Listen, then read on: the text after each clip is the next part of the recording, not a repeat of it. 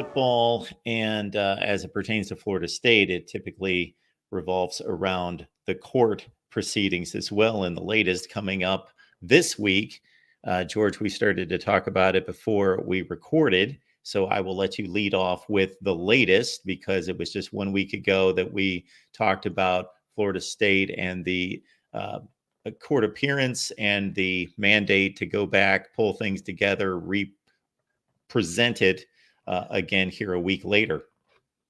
Yeah, so we had our court date last Monday, and the judge extended 7 days after he dismissed the initial, version. He gave him 7 days, not counting the weekend. So that gives you right there at 9 or 10 days. So if you're doing your math, today is the day when we should see Florida State's amended filing show up there in the portal. I saw our friend Doug Rohan and a couple of people kind of talking about it on the timeline. If you've kept up with the trial, Judge Cooper, the Honorable Judge Cooper, has said multiple times that, like, when you're going through the state's portal, it takes 2 days sometimes for things to show up. So if they want to expedite the process, they should maybe email it to him or something of that nature so he can get his hands on it before it's actually officially in there. So even though it'll be backdated, it's not like they'll be charged for it being late because it takes time. It just could be that it takes a day or two for it to show up for us all to see. But that's just an interesting point there for people who are refreshing the state website or searching scrib.com and all these things. We'll let you know as soon as we get it. But as of now, it hasn't popped up quite yet. After it does pop up, after it gets in the system, once the judge receives it, that activates a 20-day window for the ACC to respond, to adjust their filing to match what Florida State changes. Now, that's the minimum that they have. That's not counting the fact of if Florida State had decided to adjust their entire case. If they go and change every claim and make, serious changes to their filing, then the ACC will be able to go to the judge and say, look, we need more time. And just to be clear, that rule where the weekends don't count, that's only when you have, I believe, 10 days or 7 days or less that rule is in effect. So that the 20 days that the ACC has from, I guess, today or whenever, the judge decides, that does count the weekends. That's just in Florida State side. So it's a true 20 days. And then as we kind of lay out before we all get into it and discuss, tomorrow is May 2nd and the court date in North Carolina. So we get another court date up there. So all kind of things going on. We're going to be covering that the best we can live tomorrow. James and Chris will have a show. Me and Jen will do our show Friday, kind of recapping all that. But yeah, tons of fun, tons of stuff going on, and just trying to stay up to date as best we can. James, is there any reason, as we welcome Chris Frazier, Spear Addicts, of course, into the show, James, is there any reason not to believe that this isn't going to go status quo and what we expected to take place a week ago? Just, again, the judge wanting Florida State to present it as the next step in the hearing and not necessarily present its case right now. Yeah, the judge just basically said, hey, strengthen this up. You have basically, essentially, to them, without so many words, you have a claim, but it's not strong based upon how you're doing it right now. You need to retweak this. It happened basically what Florida State did is instead of just amending all of the complaints before you got in front of the judge, they got in front of the judge and then amended the complaints. Saw what worked, saw what didn't work, come back, retool it. Because again, all this is doing is this is what's going to lay the groundwork for the official court case. So, I mean, we're still getting into a situation where they're going to have to go to mediation first. So, but yeah, this is just par for the course right now. You just got to go through the motions. So Chris? I misspoke. The court date's actually tomorrow, May 2nd. And also, I'm not sure if I'm clear if you heard that right. There is no court date in Florida, just Florida submitting their paperwork. And then the ACC has 20 days to respond in Florida. The court date is going to be tomorrow in North Carolina. Thanks for the clarification there. I got that better cleared in my mind, I know. Okay, very good. Chris, great to have you as always, of course, from Spear Addicts. And Chris, I'll hit you with this one. as of course it's my role to try to stay neutral and sometimes play devil's advocate. This could be viewed, I don't necessarily believe it to be so, the first slight misstep by Florida State in all of this. Is that accurate in any way? I mean, if it wasn't their plan, because I think James kind of alluded to that by saying what he said before they did any amendments, and I think it was kind of the plan to enter it a little bit sloppy to see how was the judge going to proceed it, where was he going to want to push for you to attack the case at the claim, basically, because they were going to come from whichever way that they had to. So it kind of left their field open to play. Like, all right, he don't like us going in this direction. He doesn't like this, but he likes this, so we're going to amend this, and this is going to be the strength of our case. So, I mean, yes, to the naked eye, I guess, yeah, it looks like they made a misstep, and now they're having to redo a bunch of stuff. But if they were already planning on just kind of going at it from, a general state, which is kind of what that lawyer kept saying. I forget what his name is, but he kept saying, we were attacking the situation in a generality. Wanted to know what worked and what didn't. Now that we know what doesn't work, we know where we got to hammer on. So I think it was planned the entire time. But, I mean, you could look at it either way. I'm going to look at it like it was planned because of the conversations that were had and because of how quickly they already knew what they had to do. They were already getting ready for the amendment part of it based off of, the first conversation that was had. So I think that I think they knew what they were doing all along, and now they've just got a better blueprint of how they can go about winning this, or at least getting the ACC scared enough to want to sit down and talk about actual negotiations. So I think it was planned, but I'm also fine with if it was a mishap, because if it was a mishap, I'm going to say it like this: they took a misstep and didn't have all their eggs, in a row and all the ducks out and all the great stuff. But now they get to be the comeback kid. So however you look at it, I'm gonna be on Florida State side of it. That's for sure. So I'm a little bit biased when it comes to it. But it's it's the hearing part of it. If we were in the trial portion of this, then yeah, I would say we made a huge mistake. But because we're not, this is where you make your mistakes so that you can amend them and correct it. So I'm happy with what Florida State's lawyers did. I'm actually impressed with what the ACC lawyers did on pushing them in the direction kind of their weakness. It kind of let Florida State know this is where your case is because this ain't it. And it's kind of unfair now to me because now you've got this beautiful blueprint for you to run off of what the judge likes and what the ACC doesn't know how to defend too well, because it's a lot of verbiage that was inside of what they were talking about that gave Florida State a lot of heads up on where we can attack this case over and over again, because he's like, why doesn't it plainly say this? Why is it, very vaguely said? Why don't you just come out and say it's this, this, or this? So now that they know all of these things going to be entering the trial, I think they did a really smart thing personally, but we'll see. Before we move on, I just want to say I think Chris is right.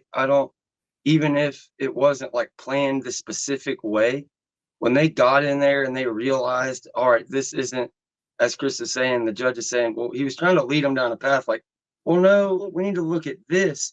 Instead of them playing along and adjusting on the fly and moving forward with that, argument that wasn't perfect, the lawyer was like, no, we're not going to go down that. We'll amend our thing. So, yeah, that definitely probably was the plan from the jump. So, yeah, I agree 100% with what Chris said.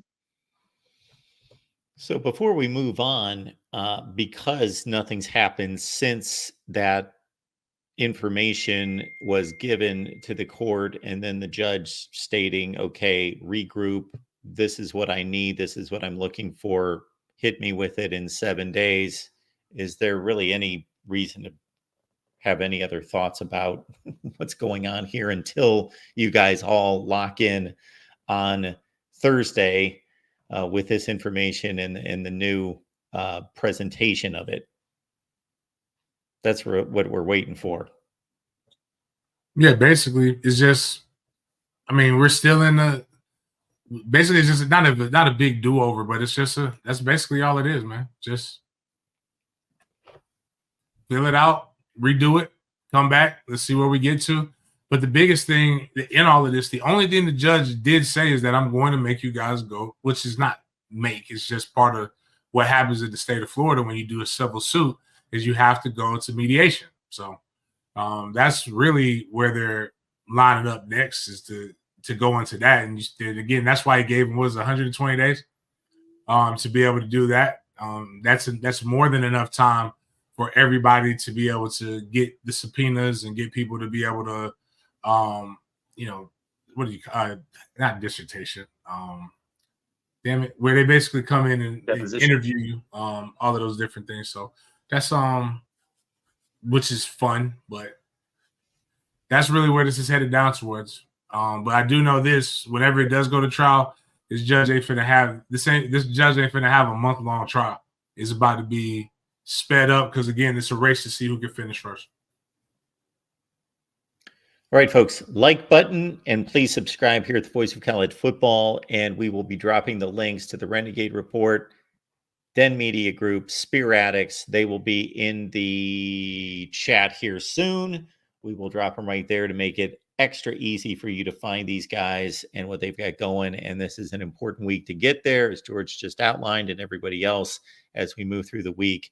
And the next presentation of the information for the court hearing on, not the court hearing, but again, the submission of the case presentation, I guess you could say, or the information on Thursday. Before we get to our next topic, Michael, appreciate you being here. All right, here we go. Michael with the super chat says James Coleman was a dog at Florida State back in the day. Is that true, James? I mean, I was okay. I was pretty decent. I was decent enough for the old man to remember who I was. So excellent stuff. Absolutely. Hey, if you can suit up for Florida State and get on the field, be a starter, it ain't easy. I can tell you that much. And it was a lot of good stuff. I actually had a lot of good questions. This is a little app that lets people ask you questions anonymously. Today, last couple of days, they've been hitting me with some really good FSU related questions. So I haven't been bored. So, it's cool for that. Well, here's another one, James, for you, talking about questions. Thank you so much, Michael. What was your favorite memory at Florida State? Really, I talk about the Miami touchdown. My favorite touchdown was we scored in the Gator Bowl, which is ironic because I'm the first and only person who's ever been on the Gator Bowl committee that scored a touchdown in the game. I think I might be the only guy who's ever played in the Gator Bowl. But I go with North Carolina State, 2003 double overtime going up against Phillip Rivers. I played every offensive snap in the double overtime game and I broke my hand on the first play of the game. So, and I knew I was going to have shoulder surgery when the season was over. So that was fun. It was crazy. I got video. Coach Bowden kind of just came up to me. I'm laying on the ground. I literally passed out. Like the touchdown that we scored to seal the game, I straight up told him in the huddle, I said, hey, I ain't got nothing else after this. So honestly, dead serious. If we don't, we would have been, if Leon would have got tackled inside the 5, we'd have literally had to go 5 wide receivers or something like that. Cause I wasn't going back in. I literally just threw my whole body into the will linebacker and then just fell. I blasted him, but if he'd have given any resistance, he probably would have won that battle. But I literally just flung my whole body into him, and then somebody had to come get me off of the ground. They were like, "The game's over. We won." I'm like, "Oh God, thank you." It's I had nothing else. And then I think they kind of carried me into the locker room, man. I was on the floor, passed out. It was just crazy. Coach Body came over and was just like, "That was a good game. Good game, Coleman. You did it." And I'm like, "Shoot." Had I think 13.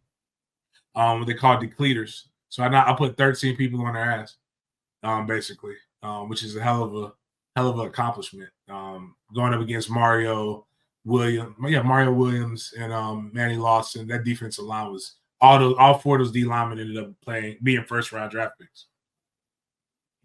Yeah, they could bring it. And that must have been a tough luck year for NC State, because you've told part of that story before, but maybe not with that kind of detail. So I appreciate that. But NC State also lost to double overtime in Columbus against Ohio State the same year. So they were very close to being high in the rankings. So what was your playing weight? That guy was 245. I was 240. My best weight was 255. I got up to 265 my senior year. And when I was in New Orleans, I was 270. But I liked being 245 between 245 and 255 was my favorite. I was sexy as hell then. Like, that's what I like that. I like that weight. But yeah, Phillip Rivers, it's like every time we scored, next thing you know, Phillip Rivers just did some magic, man. Like, that was a bad man, dog. Phillip Rivers was he talking in college like he does in the pros? He's talking. He was talking to our guys. They had a running back. Everybody used to talk about T.A. McClendon. T.A. McClendon was really good. Yeah. Everybody talked about Maurice Clarett, right? But T.A. was in the same class as me, and T.A. was like nuts, man. Like, it was crazy how good T.A. was. He was 1,000-yard back, I believe, his freshman year. I wonder what happened. Like, it just disappeared. But like, T.A. was really, really good. Yeah, remember him well. I do. Michael Davis back with us. Appreciate that. Michael says this for Falconer X and his Broke program all up. So the backstory there is Falconer X is a Miami fan, joins us on the Miami channel.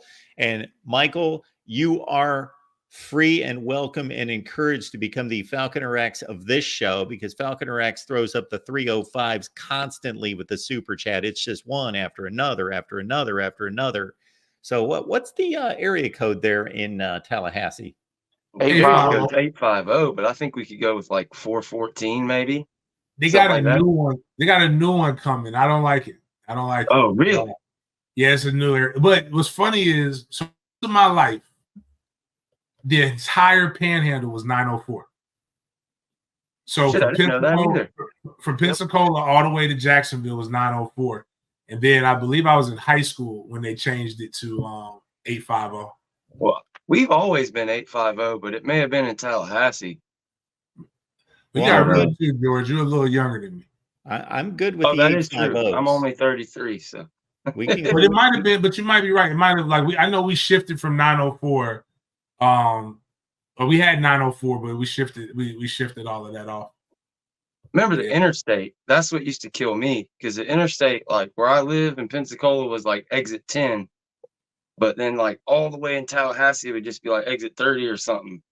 And they changed that shit when we were kids. All of a sudden, now I'm exit 31. It goes by the mile markers. They're always changing something up.